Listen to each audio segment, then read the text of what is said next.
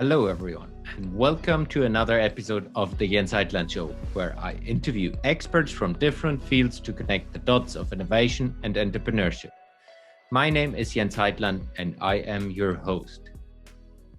Today's guest is a serial starter, creative producer, and sometimes visiting professor. He's a partner in Shred Capital. Please welcome to the show, Matt Toner. Hello, Matt. Welcome to the show. How are you doing? Great. It's actually a sunny day in Vancouver, which is a bit unusual. We're known as a rainy city, and as you can tell, today is an exception. So all is right in the world.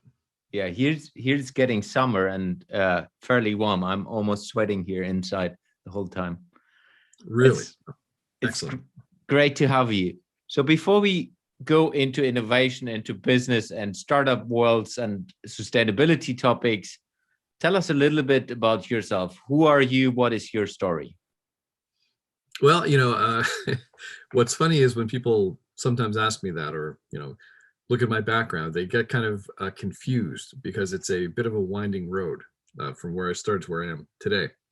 My first professional life was as a reserve officer in the Canadian Navy, which is sort of an odd place to start. But it's also, weirdly enough, one of the first places where I had the occasion to be what we now call innovative or entrepreneurial, which is sort of funny because military institutions really are not known for that. I went to grad school, did economics, became an economist at our central bank here in Canada, which again is not really necessarily thought of as an innovative place to the average person. But again, in fact, lots of interesting things happened while I was there. I then moved over to our foreign ministry, became a diplomat, was posted to New York. Worked at Rock Center, and when I was there, it was just when the commercial internet was taking off, like just starting. And New York, of course, was one of the hotbeds in North America where it happened quickest, because of advertising and finance and media content. It's a center for all those things. So when my assignment as a diplomat wrapped up, and it was time to go back to headquarters and spend a few years, being a public servant again, I went native. I decided to stay in New York and commit my career to that. And so since then, I've I've worked in online media, I've worked in video games, I've done mobile, I've done interactive television, I've done smart playgrounds more recently, and now more in the investor space. So I've pretty much ticked most of the boxes. I think I haven't quite done an NFT, but I've still got some time today before lunch to crank one of those out. Yeah. And and that's the story. But I guess the one common thread in my career is that there's an impatience maybe a sense that more could be done or done better, or why are we doing it this way?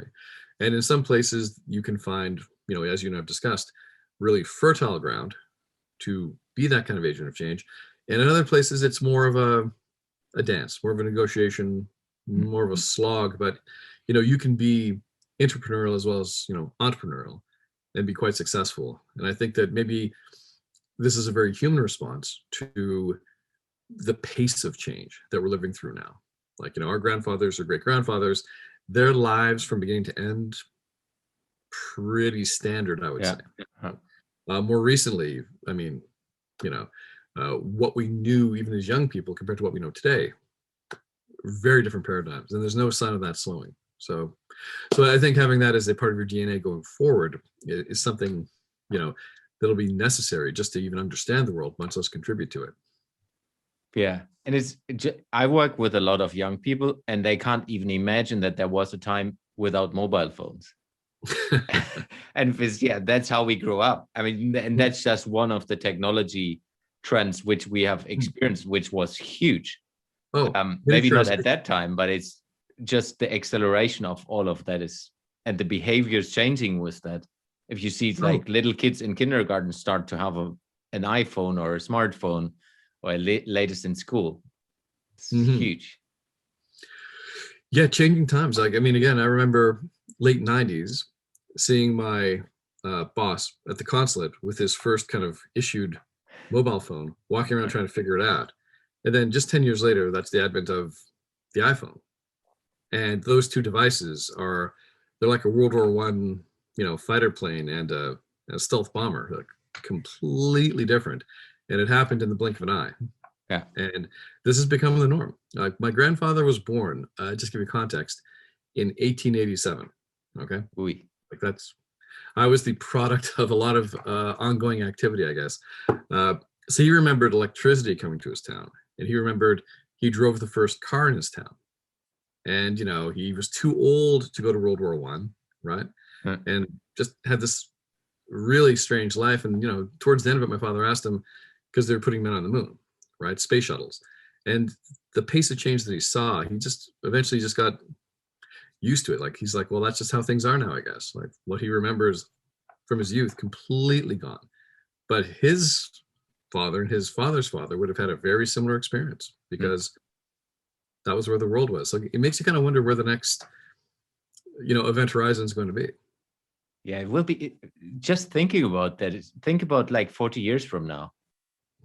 I mean, if I'm 40 right now, so if I just say, hey, I can properly think about the last 20 years and can remember everything, I said, and that was already huge change.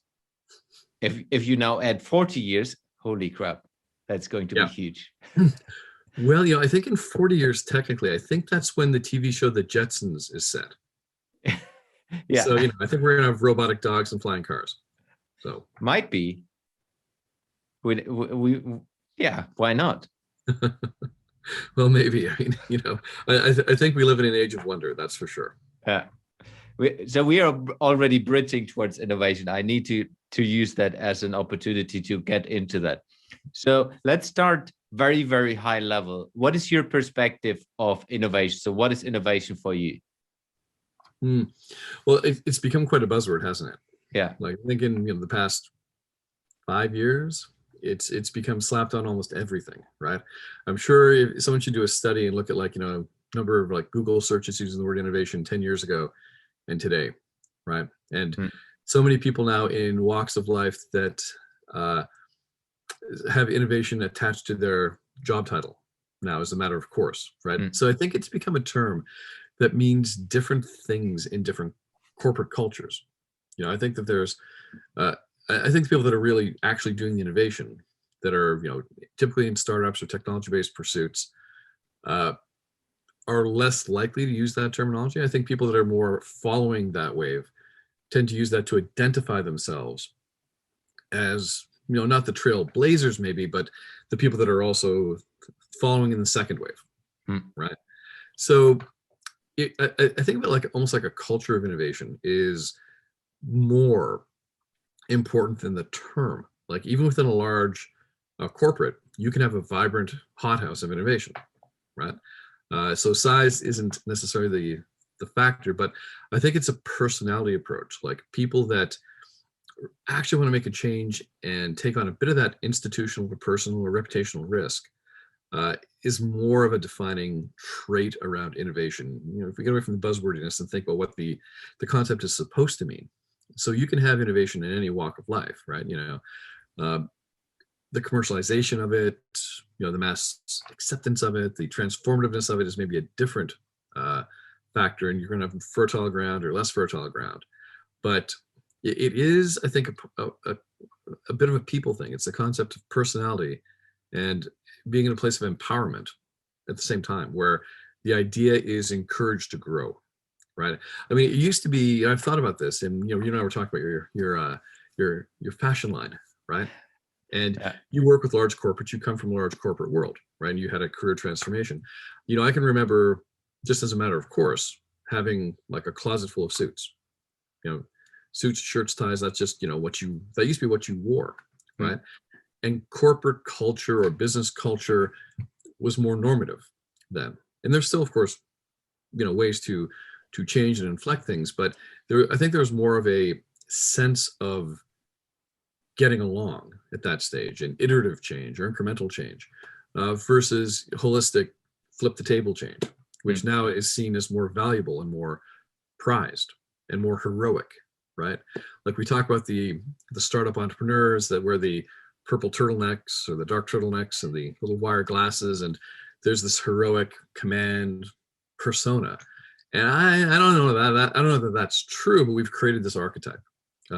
It's not recognizable in culture across countries even, which also is kind of interesting because before very recently, with the advent of the internet, the idea of having a monoculture of entrepreneurship or a world culture of innovation where we can have very similar conversations between you and I or somebody in Indonesia around, investment and cap tables and MVPs and things like that.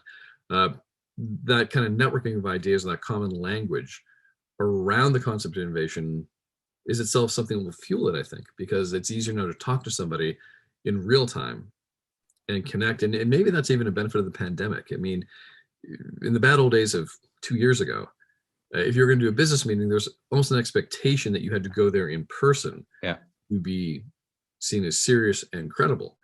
And that is not true any longer. There may be a bit of a return to that, but now if you want to do a deal, when my company's done deals with people, on the other side of the planet via Zoom, and it's no problem anymore. It used to be, it would have been seen as being frivolous, but now it's just seen as, oh, of course. So how does that open up more connections and more ideas around innovation? Have you ever read Stephen Johnson's book, How Good Ideas Happen, I think it's called? No. It's an interesting book. And he talks about like proximity and density, where more intelligent, innovative, creative people are clustered together historically in places like New York or Los Angeles or London or wherever, that more ideas have more of a chance to bounce off each other and people find more kindred spirits more readily. Maybe through things like this, like even podcasts nowadays and connecting with audiences and guests around the world, that also becomes true. Like, I mean, I would not have met you, I think, in normal circumstances unless I went to the right conference and you happened to be there as well and we happened to connect. It would have been much more difficult. Whereas now, you and I can literally collaborate very easily. We can literally very easily introduce ourselves to different people. We have that Joshua in common. He's in South Africa. It becomes very easy to say, oh, well, you should talk to him about that idea of yours. This could open up a lot of space for people to really kind of pick up the baton once more and have another wave of like creativity. Hope so. I'm optimistic, but we'll see. And to that point, I'm even that far on the other end where I say I've even started a business with, if you take Joshua as an example, with someone I've never met in my whole life, and we only know us this way because we haven't been able to meet physically due to pandemic. Wow. I mean, if you just think 2 years ago that like everyone would call you crazy. I mean, people still do that to me right now, but more and more people are saying, yeah, why not? Yeah. I mean, it's very true, right? So, I mean, again, I think we're just this idea of a culture of innovation, like a global culture of innovation, right? Should only yield good things, I think, for us, as a totality. Because I think the idea, maybe we don't go through this phase of move fast and break things. Maybe that exuberance is maybe better tempered, but sort of the idea of sharing ideas and best practices and building connections and adding value through relationships. I mean, like, you folks work together, I think is wonderful, right? Because the two bright people that are now able to collaborate and do stuff on a scale that would have been impossible before. It used to be so hard to do a startup, right? Like, just think of how Amazon Web Services or cloud-based computing has changed that. Like, it used to be if you needed a CRM, you had to make one, like nowadays the barriers to entry are so low and it's so easy. I've literally explained to my 50-something cousin how to open up a Shopify store. And she can just go and do that now. Like before, it would have been like mind-bogglingly impossible to do that with somebody, again, who's far away. But to get them in that position now, it's no, you can do that, and so can she, and that's interesting because we often, I think, focus on the front runners when it comes to change, like who are the people that are out there, really moving the needle. But I think the impact on the slow followers, the back 20%, like measuring how much their lives and productivity have changed, right? Like I was just meditating sort of the other day. The only chance I get to think so I can go for a run. It's the only activity I could do during the pandemic. So, and I hate running. I count every step. It is effing torture for me, but it works. And I was thinking about just software as a service, because that's a fun thing. And it just occurred to me, like generationally, like when I was going through university, that whole idea that we just take for granted nowadays, that's how something can work. Science fiction, not even science fiction. No one's even thinking about that. The internet was still kind of a new thing, you know? And that now there's all these enabling conditions that are just there, just like the electricity coming out of the wall. And what will, again, people like our kids, what are they going to do in a world where they're swimming in that kind of information and those kinds of tools that are literally just there at their fingertips? Like it's kind of remarkable in a sense. I mean, like word processing used to really suck, for example, and now that's just the least of things, like compared to what we can do today. So it's good to take stock of that sometimes, like it really is kind of a wonderful experience that we're all kind of going through. It's mind-boggling, the opportunities young people, like not just young people, we all have right now on our fingertips. It's just taking the first step and trying to do something with the ideas you have. I would like to get us a little bit into the topic of problem solving. So we have been talking about that a little bit on how do we use these opportunities and in an innovation perspective on solving problems together. Yeah.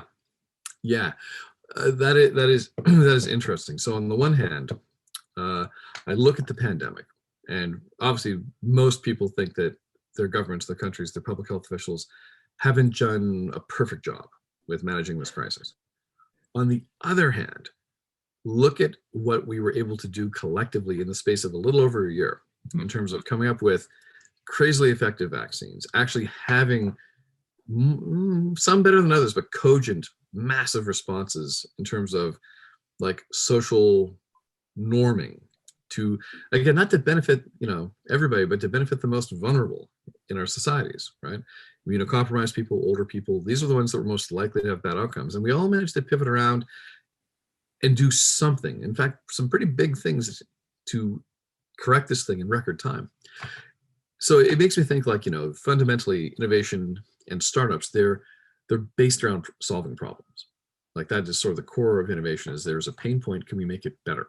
And I think today, now that we've shown what we can do vis-a-vis the pandemic, the biggest problem I think we face, and I'm not alone in this, of course, is climate change. So can we take that same collective will and apply it now to the next defining problem? The one that requires a sort of collaboration and risk-taking and changing of how we think about things to pull us in that direction. I mean, one interesting byproduct in many countries of the pandemic was sort of the idea of a universal basic income suddenly had currency that it didn't have before because of the various programs we had to put in place just to kind of keep society from collapsing completely in some ways. I mean, correct me if I'm wrong, I understand that in Germany, for example, the government there actually helped pay restaurants to stay closed. Like they didn't want to lose all those business owners, but they didn't want people to be going there either. So they had to find an inventive way that would have been unthinkable in other circumstances. But now that we've used the tool, are there other uses we could put it to? So, again, climate change as a, societal problem at a global scale needs the same kind of collaboration and thinking. The challenge with climate change, though, is it's something we don't easily perceive in our event horizon. It doesn't seem like a present threat. 500,000 people dying in America because of COVID. We all see the numbers and we think, okay, this is a real thing. Climate change is going to slow roll us for a long time, but maybe now that we've seen what we can do more of that, like tackle the big problems that take a lot of different people and a lot of different tools. Maybe, or do we just kind of revert to the norm? Depends if you're optimistic or cynical. Yeah, it's totally valid point, and I think that's one of the things as well, taking the learnings from what has happened in this COVID environment and from a pandemic perspective into other places, into other perspectives, and then using that to solve the problems. How do you think entrepreneurs can play a role in that? Well, the interesting thing about entrepreneurs is the risk takers. I think by definition, people, ascribe that behavior to them at least, or that that mentality. So they tend to be the ones to throw themselves at problems. So that tends to be, for better or for worse, there's a whole pile of dead companies that try to solve the pets online problem, right? Like this, we're not shy about that. I think the challenge though is, how do we rewire the incentive structure so that those entrepreneurs that want to tackle kind of green or clean issues are drawn to it. I mean, historically, the perception has been that investing in green or clean tech gets a low return. That on the policy side, it turns into like a subsidy race, or you get into negotiations globally where there's lots of incentives to be the one country that doesn't cooperate. But I think that, again, if you look at, there are some cases though. If you think about Tesla as an example, their market success did more, I think, to drive and change the electric vehicle, paradigm than years of lobbying or protests or things like that. It forced the big automakers to respond to it. And there's now a Ford F-150 electric truck they just announced, that's a sign of the times, hopefully. So I think that entrepreneurs and investors have a role to play where they need to show that this change is actually better and more profitable and more rewarding than policies or subsidies that just look at trying to retrieve, these oil and gas reserves that may become stranded assets. We're trying to squeeze the last few dollars out of them. I think that we need to find better answers, right? And we need to create incentives where entrepreneurs can really get behind and know that's a place where they can succeed or have a shot at succeeding. Like, there's no guarantees, but that energy that we've generated, the kinds of interesting jobs and careers we're creating through this, the idea of empowering people to believe they can make a difference through the things that they do well, whether they're business people or technologists or what have you. I think that's a entirely useful social function.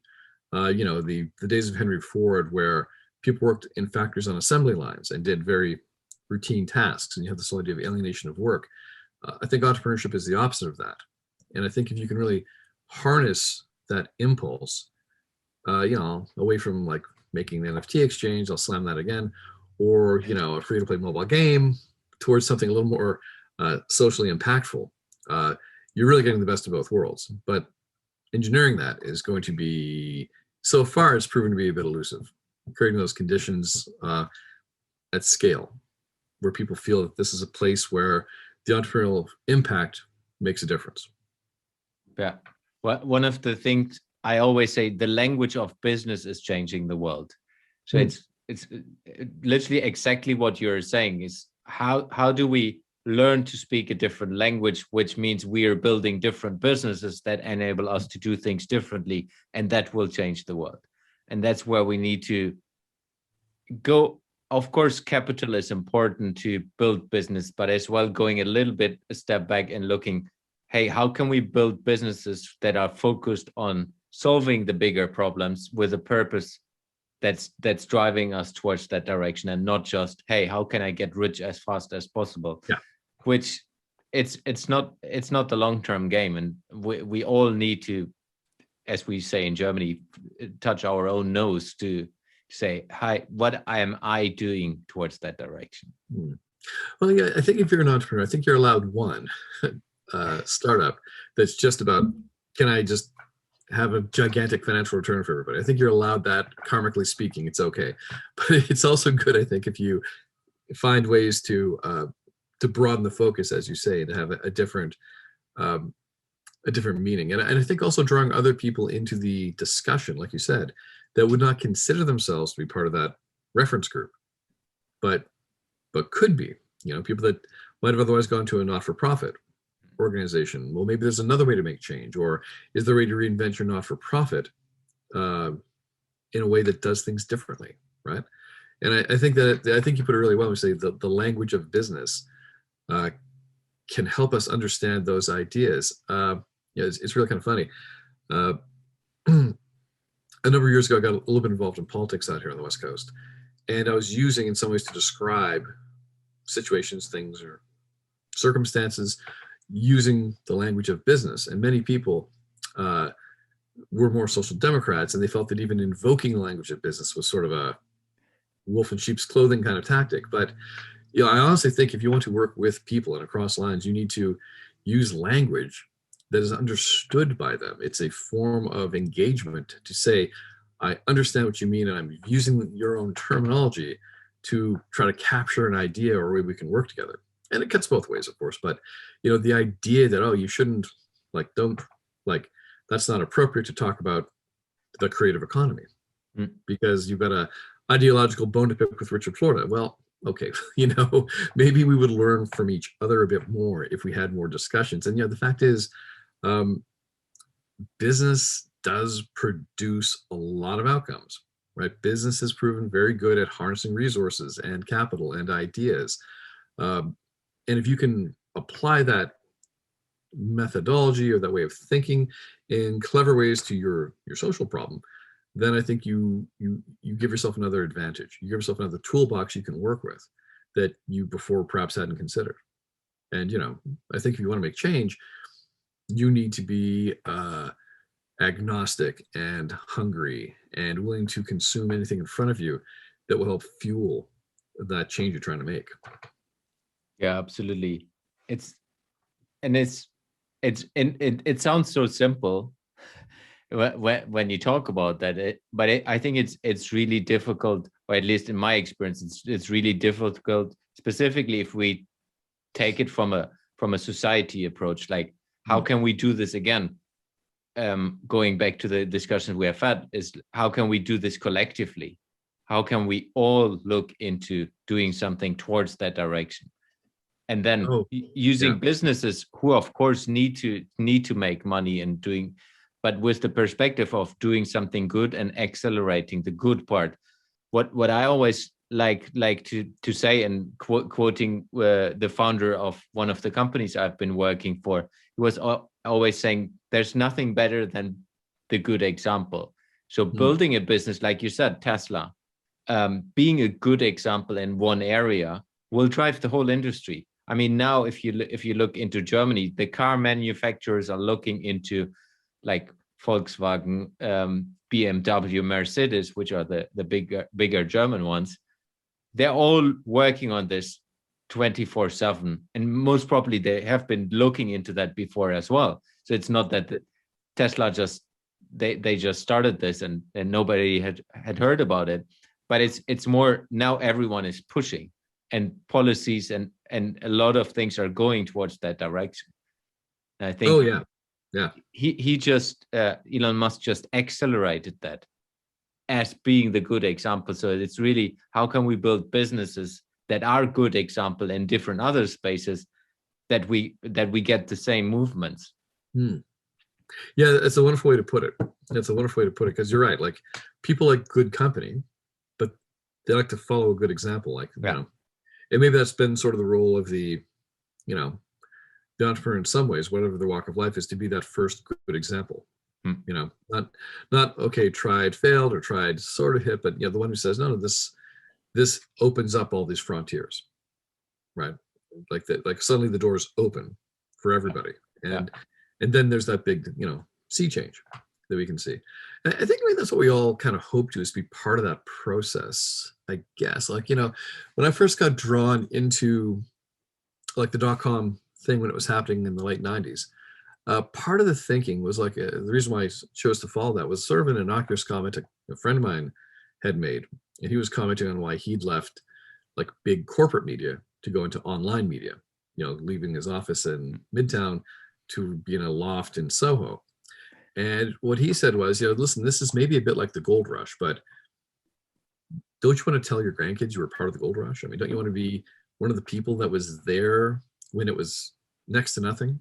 And I remember going to a conference once where people were all talking, and the big topic of the day was, how do we get people to go online? Like, this is the time where the people going online was not a guarantee, and happily at some point in that conversation, it shifted a bit to, let's assume that happens. Then what do we do when we're all online all the time? which is where we are today, right? But to think that not that long ago, the proposition of people being online was a bit of a jump ball. Yeah. But now, here we are. Now, granted, we're spending probably too much time playing, Fortnite or Flappy Bird or something, and or just like doom scrolling on Twitter. But the fact is, we're all there now, and maybe this is a chance for us to do something collectively that's interesting. Since we're all in the same place anyway, we're all living in this ether, right? Yeah, the tools are there. It's just we need to make it happen, and I think that's maybe as well something that needs to happen is, hey, creating a movement that's accelerating something like that. How do we do something collectively? It would be interesting to explore that. Well, we might also want to recognize that a lot of people are fundamentally leisure seekers too. Like all of us, the most manic of us, I think, still are kind of lazy at the same time, right? Do you remember, this is like throwback for a while ago, there used to be a screensaver that the SETI Institute created. And what they did was you could download this app that would be a screensaver, and they would send you data packets from their radio telescope, and your computer would process it when it was in screensaver mode. And they would send back the process packet and get another packet, right? And at the time, I thought of that saying, that's actually quite clever. They're networking this idea that we're all searching for extraterrestrial life. I don't want to necessarily do anything because I'm lazy, but I'm happy to give you my unused computer cycles to help you do the thing you're trying to do. That's so clever. It may even be things like that where passively we are willing to, contribute resources in some way that are otherwise more or less free to us in search of something bigger, right? Like, again, like not everybody's going to like chain themselves to a tree that's an old growth tree to prevent it from being cut down. But is there another way we can activate those people to do some kind of micro transaction that furthers that cause? And that's an interesting thing to consider. Like, we there's so much we haven't thought of yet with all these tools at our disposal. We're just using the tools for the narrow thing they've been designed for, not thinking laterally yet, because there's always more tools as well. So again, an interesting time. There's just not enough hours in the day, I think, to really explore all the things we can do now.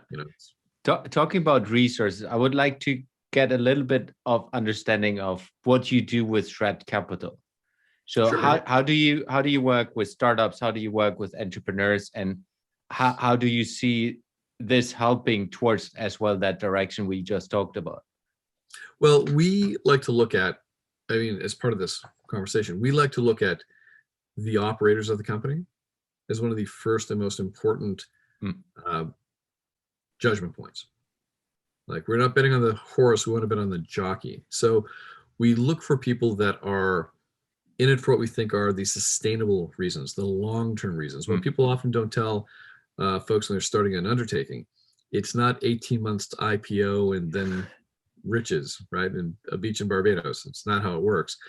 If you're starting a company, you're married to it for 5, 7, 10 years. In some cases, if it's successful, or even if it's kind of successful, and so you have to really fundamentally care about the problem you're impacting. It's got to mean something to you, right? Maybe it's not your life's ambition and pursuit, but it still has to be relevant to you and meaningful. So we tend to really focus on that. And the way that our methodology works, it's a little different. We're not in a capital-rich environment like a Seattle or a Silicon Valley where, okay, there's so much money floating around, just grab as much as you can and just let's run for the exit. We tend to look at diligence through working with our founders through a number of diligence programs, things like filing for a patent, for example, or doing research and development tax credit preparation, like doing sort of the third-party analysis to qualify for these non-dilutive capital programs that might aid their growth. Like, we're trying to see how they work in action, which ones stick with it, which ones are sending me emails at 2 a.m, which ones are kind of missing their deadlines or their homework or kind of punch out because they don't want to go through the process. And that tells us a lot about the company because we can see how the founders operate. And so it saves time. People kind of self-select that way. So we're not judging based on a pitch deck, financials, and personality. We really want to work with these companies for 6, 12 months to see how they operate. add value along the way, help them get stronger. Typically, again, unless you're in Silicon Valley or Seattle or someplace, these companies will not have a complete team. Their team along the top of the org chart won't be A-list. So we take them from raw to hopefully crazily investable in no time, but it's really working through that process with them. Because it is that marathon. It's not a sprint necessarily. And if people don't have the staying power, it tends to show up. It doesn't show up right away, but you tend to get that sense after a while. Yeah. So I would say of the companies that we've been working with so far, 5 that I think are like, okay, they've got all the ingredients, right? But that's after working with them for 6 or 8 months. And there's probably many others that don't have what it takes yet. And some may never get there, right? But I think that's also important because speaking kind of karmically, I guess, if people are founding a company and they're not good at it, that's okay, right? Learning that lesson is actually quite useful for them so that they can join another company that wants to make the same change with the lessons they've learned and kind of the deepened human capital that they have to help make those contributions. I think in some ways, there's almost too many startups out there that are too thin. And if you can actually collapse them into stronger startups, they'll run further and faster. Yeah. I really love that team and founders perspective. And I'm not at all into that space, but I just see working with and having businesses my own is you see a huge difference of people who are going, and as I call it, all in, which means, hey, you're doing the hours and whatever is required to get this off. And if you're not doing that, it's not taking off. Or it is staying very, very, very small and you're missing out everything else. I just see that over and over again, that is always this kind of, at least in the early stages of companies, let's say maybe the first 2 years, you need to have this drive to say, hey, I'm not going on holiday. And if I'm going on holiday, then I'm working there. This kind of things. And if it's required, I will work Saturday, Sunday, day and night. Well, it's even, and I'm actually quite conscious of this now about using the term work, right? Because of the connotation. Like when I talk to my 4-year-old, I don't say I'm going to work. I don't say I'm working on something, right? If I was working in a grocery store, I would call that work, right? But you're right. It's that you're engaged with the idea, whether it's a Saturday or a Sunday. Like if you find yourself on a Sunday evening thinking about your project, writing down ideas, sending an email, then you're in the right mental space to do the things that you need to do. I mean, you need to recharge, but it's not a death march. You're engaged in it because you want to be engaged in it. And I think for founders, when they find that is going away, that's a huge tell. Like you've been at it for a couple of years through your company, you haven't quite hit, you haven't quite failed, but it starts to feel like work. Yeah, I love that. Big tell. I love that. And I just see it for myself. I don't see it as work, what I'm doing. For me, I love the process, just having fun with it. Well, yeah, I mean, and that's the key. Like you've internalized in some ways, like, like I don't have a Shred Capital t-shirt, all right? You've got a t-shirt, like you're doing these pods that are wonderful, right? And you're connecting all the meaning back into your core practice. And it's a virtuous cycle, right? And I think that's what we all need in our life, is that concept of flow, where it's not work. You find this blissful, productive state, right? And that just carries you forward. I mean, it's tough though to explain to people that maybe haven't quite connected with that. I mean, I've had partners in the past that have looked at how I do stuff and they're like, when do you turn off? And I'm like, I'm not supposed to. Like if turn off mode, I'm not doing something right. We have a fun story. So I moved back to Germany last summer when we lived abroad for the last 6-7 years. And I'm now literally in my hometown again, meeting all my buddies from school time. Hmm. And there's a German saying, when you have your own business, then you are working 24/7. So just the name, how you say that is, so it's like you work yourself, and you work continuously, if you translate it properly. And they're always saying, but it's like you're really working like 24/7, like yourself and the whole time. Do you have any time off? I say no. It's like, but no, it's completely different. Well, they don't understand that. And it's nothing bad that they don't understand. They're just in a different place in their life and where they want to be. Well, and even the places where they're working perhaps haven't embraced or haven't discovered a paradigm that would allow them to feel that way. Oh no, I can tell you. And that's, that's tricky too. I mean, but you're right. Like I started a company in 2007 called Zeros to Heroes. Huh. And it was a social crowdsourced network to help people who wanted to create comic books create comic books. Okay, so not curing cancer, right? Not socially terribly valid, but such an enjoyable process. The people that were our clients, the user service, were delightful to deal with, and to actually see the fruits of their labors come to life and kind of hang out with these people. It never felt like work. It always felt like just sort of somehow we were getting paid to play and be creative and just build cool things for people that we thought were cool. So again, like that's ideal. You're not always going to find that stuff, but you can always find meaning. And I tell people, when you find meaning in your work, right, that's the most important thing. It doesn't matter what you're doing or what company you're with. You can create that sense of meaning at your own cubicle or with your own department. That sense of, we're here because of something. Maybe it's each other, maybe it's the product, maybe we're doing something new. But if you can make people feel connected that way to a personal sense of purpose, then you're changing your culture. You're changing your mindset. You're not grumbling about work anymore. You're working on the problem. You're trying to overcome something, right? And I think we're made as a species to do hard things. I think that we enjoy doing physical things. Like I moan and gripe about, going for a run or going to the gym or whatever, but you always feel better once you do it. Right? Yeah.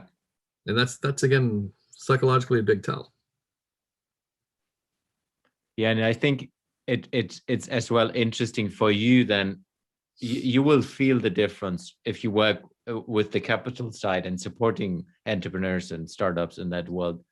You will feel the difference of a founder who is like invested 24/7 into his idea, her idea, business, and so on. So you recognize it because you've walked it. Yeah. Like you can't fake it. You can fake it, but if you've done it, it's very hard to fake it, right? The one thing I try to do, though, is I try to avoid saying no to people, right? Because I think no is a crushing word, right? I mean, as an investor, you can't back every company. You can't do every deal. It's not how it works. But if you look at it as like a mentorship and you say, listen, we're going to develop a relationship here. And maybe in the first 6 months of that relationship, we're not going to do a whole lot together, but let's work on something so that it's valuable, right? So that it helps your company take a few steps. Because if I don't want to necessarily, or I'm not in a position to necessarily get right behind what you're doing right now, don't take that as a rejection. Don't take that as a sense of it's not for you or it's not going to work, right? What do I know? I mean, there's lists of investors, like some companies will post lists of deals they passed on. Like, oh, we could have been into Uber, we could have been into Dropbox, we passed on, stumble upon. Like tons of investors have just missed on things. But, for founders, and I've been there, like bringing forth this idea with all the backing information and why it makes sense and getting the no is, it's tough, and you're going to hear a lot of no's, right? So it's more, if you recognize that someone is on the journey and they're sincere, even if you can't give them what they're looking for in that moment, you can give them something useful, right? And that helps them get on their journey, right? So that's something I think that, in terms of the discussion around it, I think the better investors, like the new contemporary generation of venture investors, have more of that feeling. Even when they're giving a no, it's contextualized. It's not just ghosting somebody and like, oh, they won't return my calls now, I guess the meeting went bad. It's more of a, well, hey, when you hit this point, you're going to see things open up. So how do you get to that point? Yeah. Right? Or this thing you're doing is a distraction. You focus on getting to this place, and once you get to that place, it's going to feel a lot different. Yeah, but also, you get old enough, get enough gray in your beard, that becomes more your role naturally, I think, is to kind of go, hey, I understand what you're facing. Here's my 2 cents. Yeah, that's cool. Love that. I would like us to get towards the last part of the podcast, which is a couple of rapid fire questions. And they're fairly small, but big. Sure. And they're a little bit out of context now. So if you would have a chance to work with a project or lead a project that's impacting every human being on Earth, what project would it be, and why would you choose to lead or work with that project? Ooh. Every human being on Earth. Well, I think for me, it would have to be something connected to climate change, right? And again, I know that feels like kind of a pat answer, but there are few problems that I think are confronting us so holistically, and we're seeing it right now. And it seems like we don't get it. The pandemic, we all got pretty quickly. Like, aside from a few kind of oddball people in the early months, I think we all kind of got it pretty quickly. We seem to think it doesn't matter when it comes to the climate change thing. And it may sound like we've heard it now for years and years and years, and nothing seems like it's changed. But the fact is, we are capable of doing great things. And I think if you can find ways to get people excited and motivated and incentivized to take this on as a positive undertaking, like the same kind of energy we felt when we suddenly realized the internet was a thing, right? The web was going to be a thing, that, that social media was going to be a thing, that games outstripped Hollywood and were going to be a thing, right? Somehow we have to manufacture that excitement, that sense of, we are going to change things and the world's going to be a better place. And unfortunately, I think sometimes climate change or environmentalists come across as a bit dour, like a bit, well, you can't eat meat anymore. That's not a great opener, for a conversation, right? It's, it may be 100% true. There was actually a Green politician here in Vancouver who came out with this notion that we should forbid balloons at children's birthday parties in parks. Because the balloons, of course, if a aquatic fowl were to eat the balloon, it would be terrible for the aquatic fowl. But I said, listen, that is the worst brand for the Green Party I can imagine. Is no birthday balloons. Like, it's just, I get it, you're kind of right, but it's not a good opener. So if you could be the person that could actually change that, I think that'd be fascinating, to be in a position where the way we approach it is not this dour inscrutableness. I mean, but more, what, we're going to just flip the table on this and make the world a better place and have a lot of fun doing it. Like, again, you're having fun. You are in flow, like with your business. That transmits itself to the people around you, and whatever that walk of life is. I just don't think we've found that place yet. There's still too much, we can't be friends because we don't agree 100%. Well, maybe agreeing 80% is enough to get started.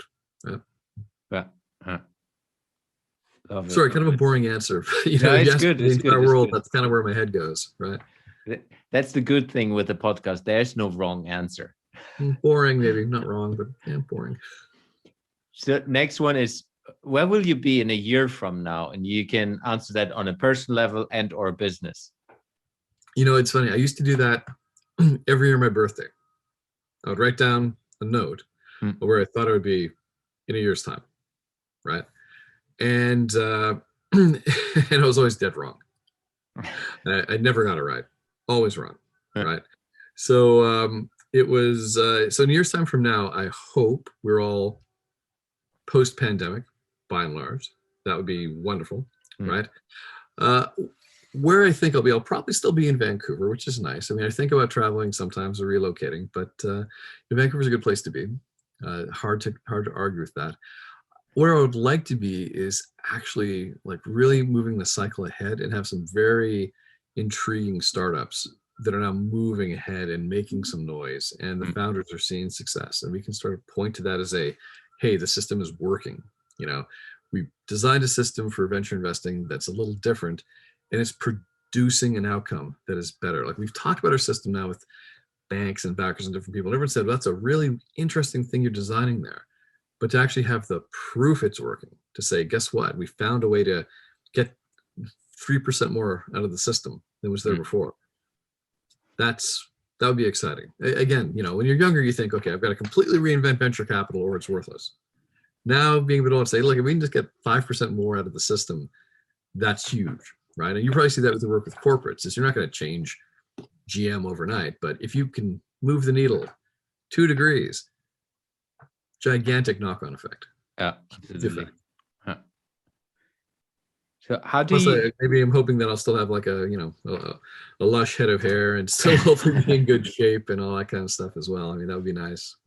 Yeah, I can't manage that hair anymore. That's over since a couple of years already. Oh, you wear it well. Like, I actually say to people that kind of go for the Michael Jordan look, like, okay, you have a look now that's going to last you for the rest of your life. Exactly. Like, I can only go downhill. So how do you keep yourself informed and up to date? What are the different sources you kind of build your knowledge from? Well, really, QAnon is where I go to for most of my information. No, kidding. Joke. Absolutely not. I do a lot of listening on Twitter. Like I rarely post. I often listen there. And so Twitter, I think, kind of comes back to the original, like Tim Berners-Lee idea of what the internet was supposed to be, what the web was supposed to be, is like you're following the crumbs other people lay down for you. So if you're careful about who you follow, if you're very selective, right, then I think you start to find the good stuff really quickly. These people do act as kind of guides and navigators that take you through all the white noise, right? So I find Twitter extremely useful for that. I think I've actually managed to completely break Facebook's algorithm with respect to me. I've just turned enough stuff off that I find Facebook almost useless now, which is what I hoped to do, was make it not part of my media diet anymore. I don't think I need it for anything now, except sharing baby photos, maybe. That's it. So I lean a bit on Twitter. I don't follow as many podcasts as I want to be honest with you, because there's some really good ones out there that I've got queued up to listen to. But, because the pandemic's changed things, like there's no commuting time anymore, there's no business flights and things. That's where I used to consume the longer form content. Because I'm here and working, immediacy becomes a little more important for me now. So I kind of miss the investment in longer form content. But I find I'm sampling stuff more by following people. And there's some really interesting people out there that, you can get a lot out of very little. Like in Canada, there's a guy called Michael Geist, who's like a very accomplished, digital rights attorney. Great stuff, right? There's people like William Gibson, who's a science fiction writer and a futurist. Cory Doctorow is just prolific in the amount of stuff he puts out there. And, you can glean a fair bit from those folks. So yeah, I'm probably much more of a lurker online as opposed to a publisher, right? And which is, I think, just a healthy practice for people that spend any time in the public eye. Like way back when I put my first website up, late 90s, I looked at the weblogs and I was like, oh my God, I can see all the URLs or the domains where people came from to get to my website. And then I realized, oh my God, in the future, your digital footprint is going to be hugely revealing. So, any wise person, I think, tries to, to limit that. Awesome. Well, it's a pleasure having you on the podcast, Matt. Last question, where can people find you? How can people reach out to you? Well, probably the single best place is on Twitter. At Chief Zero is probably the best way. My company Shred Capital as well, but I've had kind of a weird life, and so people that talk to me come from a lot of different places, and Twitter is probably the best place to find me, regardless of where you happen to be. Yeah, I will put it as well into the show notes so people can click through straight away. Awesome. Thank you very much for joining me this morning on your side. My pleasure. Anytime. I'm going to go out now and see if I can enjoy a tiny bit of the sunshine before it rains again. Because, in Vancouver, if there's 10 minutes of sun, you got to grab it.